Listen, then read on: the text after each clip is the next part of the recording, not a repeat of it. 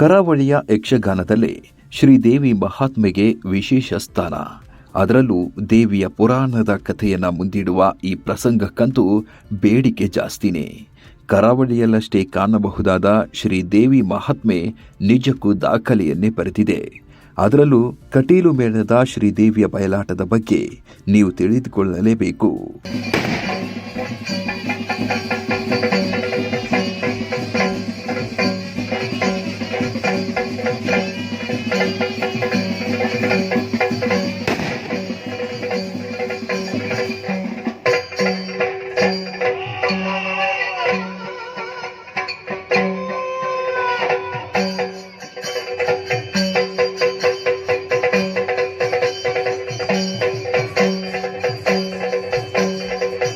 ಹೌದು, ದಕ್ಷಿಣ ಕನ್ನಡದ ಪ್ರಸಿದ್ಧ ಕಟೀಲು ಶ್ರೀ ದುರ್ಗಾ ಪರಮೇಶ್ವರಿ ದೇವಸ್ಥಾನವು ತನ್ನ ಯಕ್ಷಗಾನ ತಂಡದಿಂದಾಗಿ ಭಾರಿ ಪ್ರಸಿದ್ಧಿಯನ್ನು ಪಡೆದಿದೆ. ಹರಕೆ ಯಕ್ಷಗಾನಕ್ಕಂತೂ ಈ ಮೇಳವು ಹೆಸರುವಾಸಿ.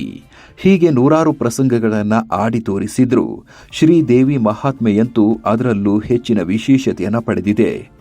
ಮಹಿಷಾಸುರನ ಸಂಹಾರ ಮಾಡುವಂಥ ದೇವಿಯ ಆ ದೃಶ್ಯ ವೈಭವವನ್ನು ಜನ ತುದಿಗಾಲಲ್ಲಿ ನಿಂತು ನೋಡ್ತಾರೆ.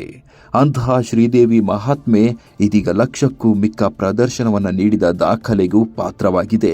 ಮಧುಕೈಟಪ ಅಥವಾ ಮಹಿಷಾಸುರನ ಪ್ರವೇಶ ಎನ್ನುವ ನೆಲೆಯಲ್ಲಿ ಅತ್ಯಾಕರ್ಷಕ ಜನರನ್ನು ಆಕರ್ಷಿಸುತ್ತಾರೆ. ಜನರಲ್ಲಿ ದೇವಿ ಪ್ರಜ್ಞೆಯ ಜಾಗೃತಿ, ಅಂದರೆ ರಾಷ್ಟ್ರ ಪ್ರಜ್ಞೆಯ ಜಾಗೃತಿ, ಧರ್ಮ ಪ್ರಜ್ಞೆಯ ಜಾಗೃತಿ ಮಾಡುವುದರಲ್ಲಿ ಯಶಸ್ವಿಯಾದ ಕಾರಣವೇ ದೇವಿ ಮಹಾತ್ಮೆ. ಇವತ್ತು ಕಟೀಲ್ನ 6 ಮೇಳ ಅಲ್ಲ 60 ಮೇಳಗಳನ್ನು ಮಾಡಿದರೂ ಅದು ಜನ ಅದಕ್ಕೆ ಅಪೇಕ್ಷೆ ಪಡ್ತಾರೆ. ಆ ಮುಖೇನ, ಆ ಸೇವೆಯ ಮುಖಾಂತರ ದೇವಿಯ ಅನುಗ್ರಹ ಪಡೆಯುವುದಕ್ಕೆ ಅದು ಸಾಧ್ಯವಾಗಿದೆ ಅಥವಾ ಸಾಬೀತಾಗಿದೆ ಎನ್ನುವುದರ ಪರಿಣಾಮವೇ ಎಲ್ಲ ನೆಲೆಗಳಲ್ಲಿ ದೇವಿ ಮಹಾತ್ಮೆ ಆಗಲಿಕ್ಕೆ ಕಾರಣ.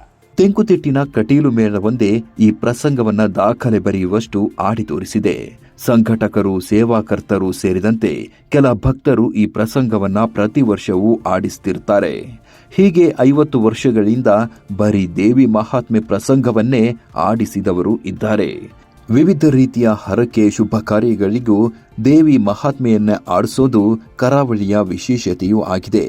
ಆದರೆ ಕಟೀಲು ಪರಿಸರದಲ್ಲಿ, ಪೊಳಲಿ ಪ್ರದೇಶದಲ್ಲಿ, ಬಪ್ಪನಾಡಿನ ಗದ್ದೆಯಲ್ಲಿ ಶ್ರೀದೇವಿ ಮಹಾತ್ಮೆ ಪ್ರಸಂಗವನ್ನ ಪ್ರದರ್ಶಿಸುವಂತಿಲ್ಲ. ಪ್ರದರ್ಶನಗೊಂಡಲ್ಲಿ ಏನಾದರೂ ಅವಘಡ ಸಂಭವಿಸುತ್ತದೆ ಎಂಬ ನಂಬಿಕೆಯೂ ಇದೆ.